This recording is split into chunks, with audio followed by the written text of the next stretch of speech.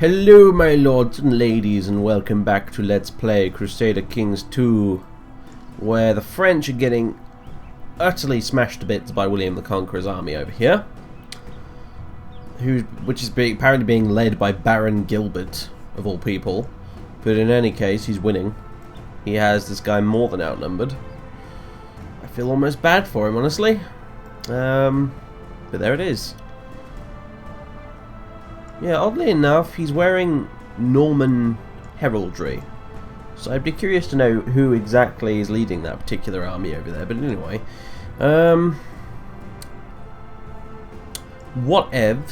whatever. Meanwhile, up here in York, we're just kind of sitting pretty and not doing a whole lot. The king seems to have raised a small force of levies over here in York that belong to me because they're wearing my colours, as you can see. But other than that, nothing much is going on, other than since we are now the Chancellor of England, we need to pick a new ambition because we fulfilled our last one. So we can choose from amass wealth, which means as long as I have a personal wealth of about 500, I will gain 1 stewardship. I can become a Paragon of Virtue, which basically means I need to get lots of piety. Or I can become exalted among men and get a prestige of at least 1,000. And then become the Great. Robert the Great. That's a nice ring to it. Or I could choose to try and become King of England. Which, well, I think realistically, realistically, I'm not sure Robert here can actually become king within his lifetime. Certainly not my game plan, anyway. I kind of want to build up the influence and power of York as much as I possibly can over a couple of generations before we even think about going near the throne, really. I have tried in previous playthroughs to, make a bid for the throne earlier than maybe I should, and it usually ends in disaster, honestly. Another option is that we could, I mean, it might not be a very wise option, but it could certainly be a hilarious one. We could actually try and take as much of Northern England as possible from the other counts and dukes, and then basically try and declare independence and make York the kingdom, if you like, the petty kingdom of York, and a wholly independent nation unto itself in the north of England, and then leave the rest of this down here under the control of the Norman dynasties, which should be fascinating if I could ever pull it off. It would be a return to the old days when England was divided up into a number of petty kingdoms like Wessex, Mercia, Northumbria, etc. So I don't know, but I think I'd rather, considering I can't cancel the ambition of becoming King of England at all. It says here this ambition cannot be cancelled. Considering that, I think I'm just going to go with become exalted among men, honestly. Get ourselves a prestige of at least 1,000. That is not as difficult as you might imagine. It'll give us an extra 100 prestige. We'll gain an extra bit of diplomacy, and more importantly, it'll improve our vassals' opinion of us by a fair amount. So we're gonna go with that. Become exalted among men. Duke Robert wishes his name to live forever in the annals of history. How precisely, though, does he wish it to live forever in the annals of history? That's the question. So anyway, what happened last time we were here? As a bit of a recap. Well, we started the game. We got given the county of Lincoln by the good King William down here. Then we learned the good King William wanted to kill us because he wants our land. And we are not married yet with kids, and therefore our lands will default to him after we die. At present, anyway. We did manage to get betrothed to Princess Cecilia of England. England, note that. In the last video, I believe I kind of got a bit confused and forgot that it was a Princess of England I was marrying and not a Princess of France. Well done, Robert. You have the best memory ever. Yeah, so there's that. I'm sorry about that. It's just one of the first things I normally do when I play this game, when I'm playing as like someone in England, is actually marry a French princess. It's just a force of habit, really, because normally they have you can get easily the most prestige early on just by marrying into the Capet dynasty, just because they start off as a very prestigious house. So, yeah, there you go. Yeah, that's kind of all that's really happened. Oh yeah, and the former Duke of Normandy, the late Duke, attempted to make us relinquish control of the Duchy of Northumberland, such as it is, because he felt we were becoming too powerful. His cohorts over here in Norfolk and in Wiltshire joined him, but as soon as he accidentally managed to get himself killed while fighting the French in Normandy, the war very, very abruptly ended because his pals here in Wiltshire and Norfolk didn't really fancy carrying on without him. So, oh, and the Duke of Lancaster as well. He joined in on the fun too, and quite frankly, I've got a score to settle with that arsehole. Fabricating a claim on the Duchy of Lancaster would be a very, very, very lovely, lovely thing to do, actually, now I think about it. It'd give me another duchy to add to my belt of titles here, which would increase my prestige no end. It would make everyone else even more jealous of me, of course, but it would make the king even more worried about me as well. But I would very much desire the county of, the county and the Duchy of Lancaster, if I can do it. I may be able to do it. I don't know if fabricate a claim on the Duchy. Ah, there it is. Fabricate a claim on the Duchy of Lancaster. I don't know, honestly, though. I think most people in Lancaster probably hate me, though, so the chances of me actually getting any decent backers for that plot is, well, not terribly great, honestly. Let's click it anyway, see how we get on. Nope, nope, no, it's all thumbs down, isn't it? Oh, wait, there's one. Drogo, Count of Derby, huh? Huh. I didn't know Derby was part of the Duchy of Lancaster at the minute. Okay, well, apparently good old Duke, what's his face, Duke Eadwin, his vassal in the form of the Drogo Count of Derby hates his guts. Yep, opinion of Duke Eadwin minus 32, and he likes me quite a lot as well, so he'd make a decent enough vassal by the sounds of it. And he's also a hunchback as well. That's probably why he likes me. It's like, oh, you're a hunchback too, hunchback buddies. Yeah, but he's the only one who wants to help me, unfortunately. He's got 12% plot power, which isn't so bad, I guess, but we need more than that if we want to actually fabricate a claim, so let's have a little scroll through here, see if anyone... he potentially could help us.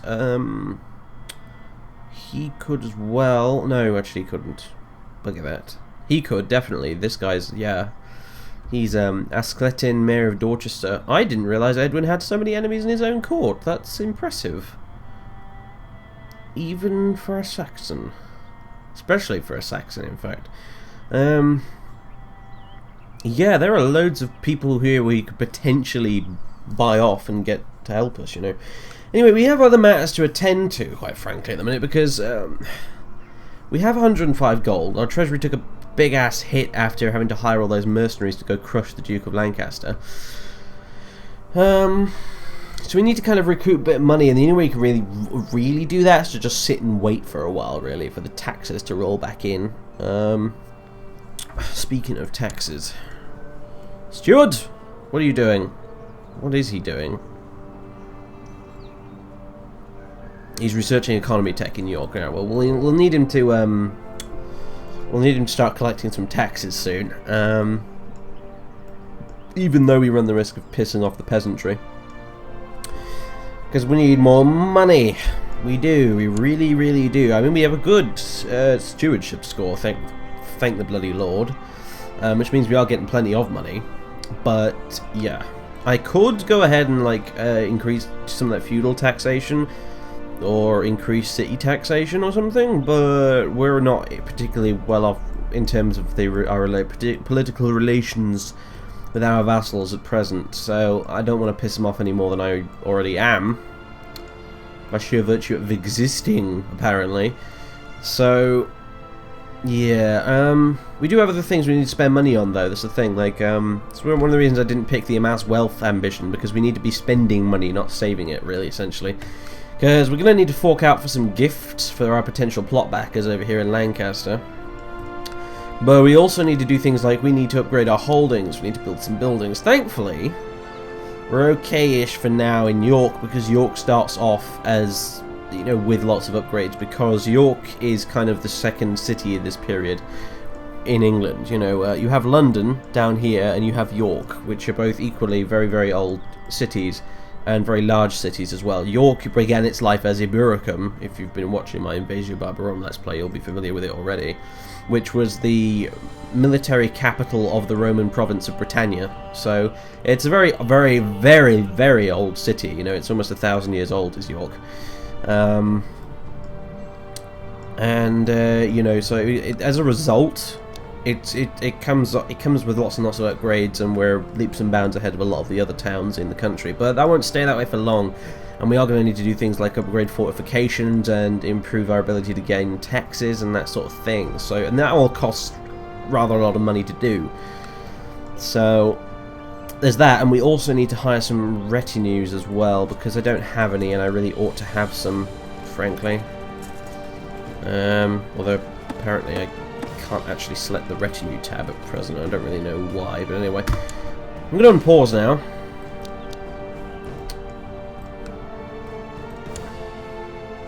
Our money should roll in fairly quickly by the standards of this game, simply because we have plus 5.47 monies per month because of our amazing, you know, our amazing stewardship score. That's the word I was looking for, stewardship. Also, Edwin here just became the Duke of Hereford in addition to the Duke of Lancaster, the little bugger. Apparently the king gave him Hereford down here. So that's wonderful, isn't it? Wait, does this guy even answer to... No, right, so the Count of Hereford doesn't answer to the Duke of Hereford. Welcome to the craziness of feudal titles and things, and I just... The Lords of France have approved the institution of the limited crown authority law. Why did I need to know about that? I didn't need to know about that. That's ridiculous. Shush. Stupid thing.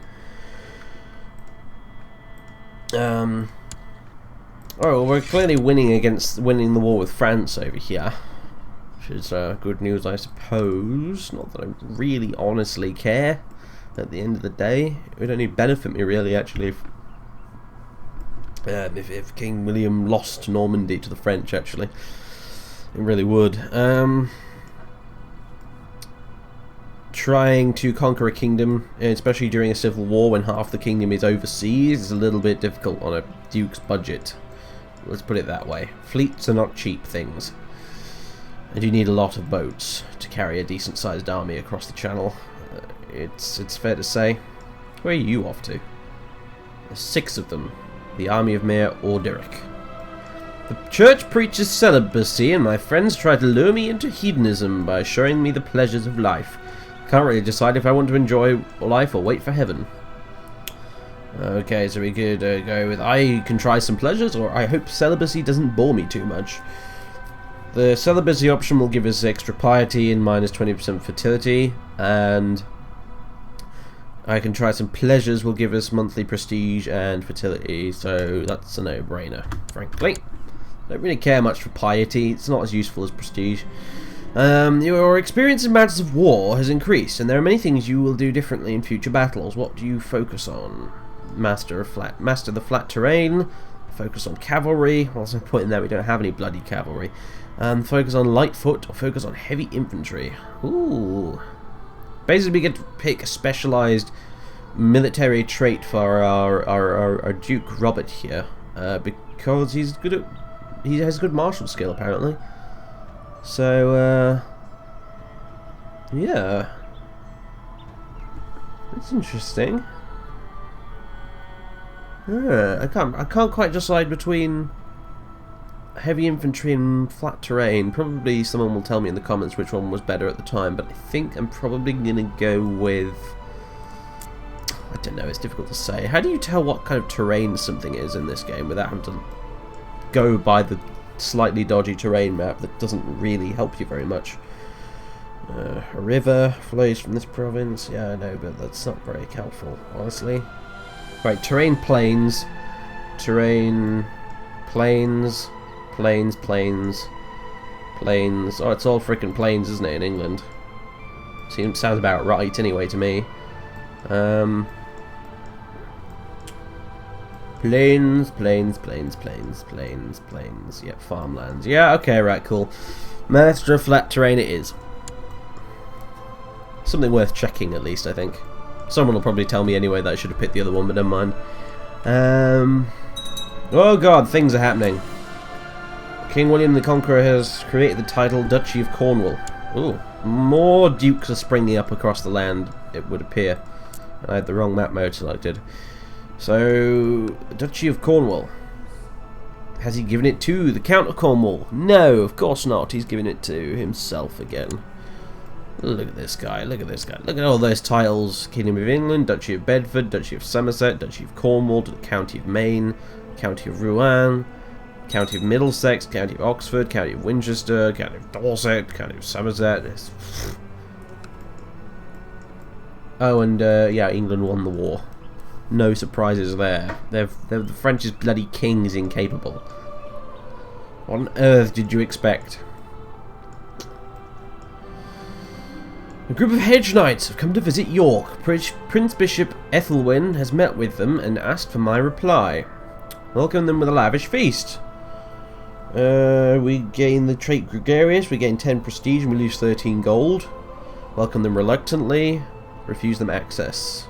Oh, no, look at all those minus 10s. Gregarious, that'll give us as well, which will give us plus 2 diplomacy. Duh! We have the gold to spare, let's welcome them with a lavish feast. Welcome, Hedge Knights. Welcome. Welcome, welcome. Hedge Knights have participated in a minor tournament together with our knights in Middlesex. Sadly, one of those landless vagabonds has been severely injured. My goodness.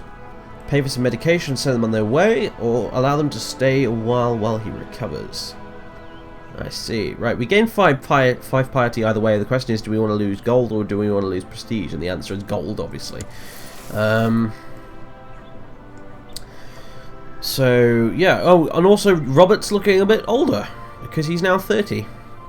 The years are marching onwards. Prince Bishop Wulfstan of Worcester has joined the Advocate for England faction. Oh crap, that reminds me. Intrigue, intrigue, intrigue. Known plots.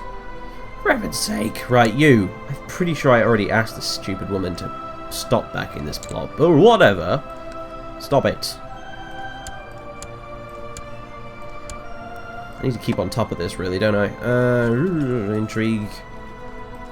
Mayor, what's his face? Yeah, I'm sure I've already talked to these guys about this. This is ridiculous. But no, I really need to keep on top of this because if I don't, I will quite simply get assassinated, and that will be the end of the game. So,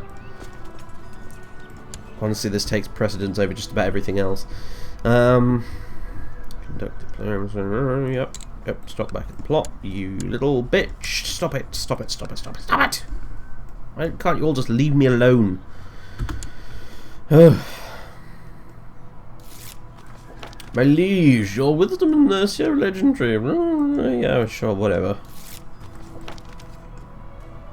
Damned with faint praise. Typhus has broken out in Northumberland. Oh, you poor bastard, Ozulf. You poor dear. Also, I've realised, and someone pointed out, and I've just remembered now, that what is going on up there? Islander fleet. I've no idea. Scotland's tearing itself apart, apparently. Yeah, apparently, someone pointed out that I have effectively sent my spy master to spy on himself, which is very clever. Also, he likes us more than he did. I don't really know why. He just does. He used to have like a minus 20 to us or something like that, but now it's gone to 1. I don't really know why that is, but in any case, we need to move him. You're in the wrong bloody place, me old matey. Let's send you to Lancaster and see if the Lancastrians have any plots against us. I'm probably going to replace him at some point, honestly. Let's have a look at the other candidates for Spy Master. I mean, yeah, see, there are people who have better intrigue skill than he does. But the problem is, if I kick him out of the council, he'll hate me again, and I don't really want that to happen anytime soon, honestly. We could give him another title, maybe. What did we already give him? Oh, we don't have any honorary titles to give him, apparently. What did we give him?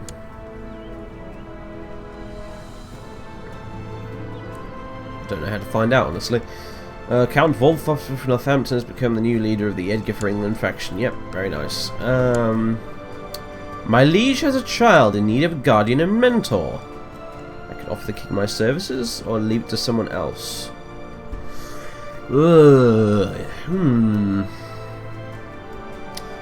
He probably won't accept because he will consider it me trying to hold his child hostage, but I'm going to try it anyway. The offer is most reasonable. We trust the child will be safe in your hands and will receive a proper upbringing. May our friendship last forever, King William I. Oh. Duke Robert I of York becomes the guardian of Princess Adele of England. Duke Robert's opinion of King William I changes by 15 for 24 months. Well, that was sweet. He no longer hate... Well, he still hates me a little bit, but still.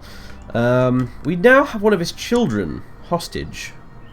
And she is now our ward, Princess Adele here. And that actually means that... well, because we have a ward now, we're going to get events popping up which will allow us to influence the child's development, if you like. Which is interesting, to say the least. Does he have a male child that we could have known? Right, his heir is Prince Richard of England, and Prince Richard's already of age, so never mind. When you raise a child yourself, they really like you, generally speaking, afterwards, because you have a bonus for being their mentor. So if you can tutor the future King of England, then that's pretty awesome, because he's going to like you pretty much for the rest of his life.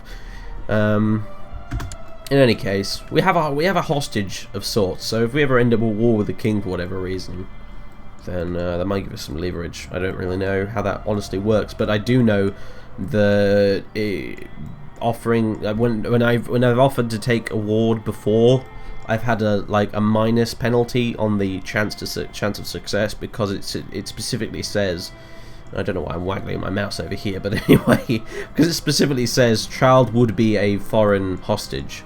So what the hell? The dragon bows of longships have been sighted off the coast of Kent as Vikings, under the fierce heathen chief Thord of Angermanland, begin to pillage and loot the country. I thought all the Vikings were gone by this point in history, but apparently not. 690 Vikings have arrived in Kent. Oh, that's kind of funny, really, honestly. I should probably look to my own borders, honestly. Being the richest settlement in the north of England. I mean, good grief, it's not that long ago in the game's timeline that it's not really so long ago at all that York was the Viking kingdom of Jorvik. So, wow, Vikings apparently. I'm going to the realm view. I want to find out where this guy came from. Over here, apparently. This tiny little place in Sweden. There are angry Swedes in Kent. That's interesting. Let's go religion. Ah, I see, right. They're from the part of Scandinavia that still follows the Norse gods and traditions. So, I gotcha. Right. Like, once you become Christian, if you're playing as a Scandinavian faction, you can no longer do Viking raids and things. So, that would explain this, because there are still people who follow the Norse gods and stuff in Scandinavia, and this guy in particular over there in Kent, he came from here. So, that's the gentleman in question, Chief Thord of Angermanland. So, there you go. Chief Thord. That's weird. I would have thought they'd be using the Norse portraits, which I paid money for. Paradox. Maybe it's not working properly because I'm not actually running Steam at the minute. Who knows? Anyway, if this was a... Oh, hello, that we can actually get married now, finally.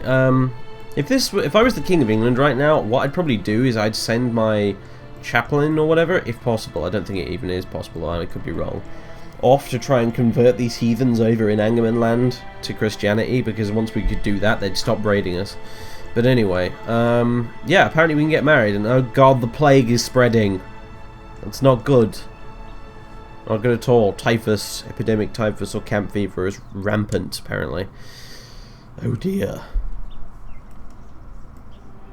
That has a chance of killing off your character, that does, when a plague is in his area, you know. So, anyway. Let's get married, goddammit.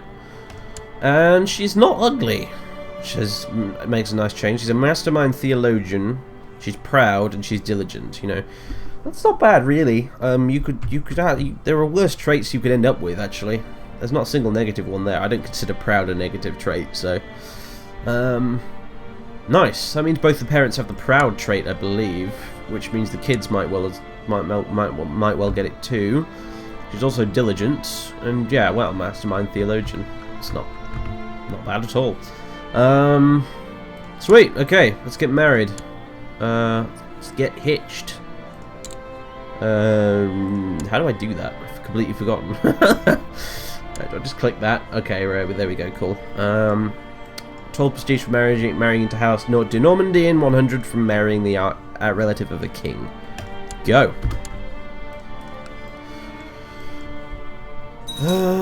Duke Robert I of Sicilia have gotten married. We can collect a royal aid duty to pay for the ceremonies. Yes, it's everyone's concern. We'll get a bit of money, or no, people respect wealth. We'll go with that, because it'll give us 100 prestige. Which means we now have 400 prestige, which is way more than we had before. That's what I meant when I said it's a lot easier to get 1,000 than you might imagine, because we're already almost halfway there. To the glorious Duke Robert I, may you live in harmony and contentment. I accept your suggestion that you get married, but that's already happened now. So there we go, we have a wife. Brilliant. Now let's get making some babies. And then we can cancel out King Willem's, you know, his inheritance of our lands, thankfully, hopefully. Please don't turn out to be barren. That would be bad. I don't think she is, though, otherwise it would probably already say here. She could have turned out to be a lesbian. That happens in this game, by the way. That totally happens. And it reduces fertility by a heck of a lot. Or worse yet, she could have been celibate. Wee. No. Especially since she's a mastermind theologian. Which is like the religious education trait set. So she was probably educated by a bishop. So there we go. Robert's married at age 31 to a 16-year-old. Oh, Middle Ages. Oh, you. King William the Conqueror has declared another war against France. Really? Okay. Duke Anfois the First's claim on Vexin on King Hugh II of France. Okay, well, they have a new King of France. I guess they did away with the incapable one. So, okay, right, well, that's good for you, King William. I want no part of it. I really don't. It's not something I'm interested in. Meanwhile, can we... I still can't get a retinue. I tell you, it's a DLC problem, isn't it? I bet you anything. You know, I should probably stop here and save the game and reload it again and make sure the DLC is enabled, because I want retinues, damn it. Everyone else has retinues. I want retinues too, for heaven's sake. So anyway, that might well be the end of this episode anyway. So since that's probably going to be the case, I will say TTFN, and I shall see you all again soon. And I welcome you back to the County of York, and we do more silly things in our never-ending quest for further and further power. Anyway, bye for now.